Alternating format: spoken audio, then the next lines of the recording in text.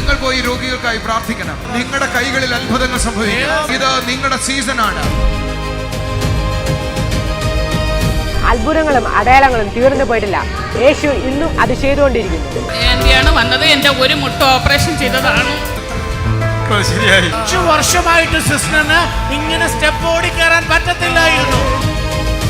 കർത്താവ് നിങ്ങളുടെ ജീവിതത്തിൽ ഒരു അത്ഭുതം ചെയ്യുന്ന ദിവസമായ അഞ്ചൽ മർക്കസ് സൺഡേ മാറാൻ പോകും.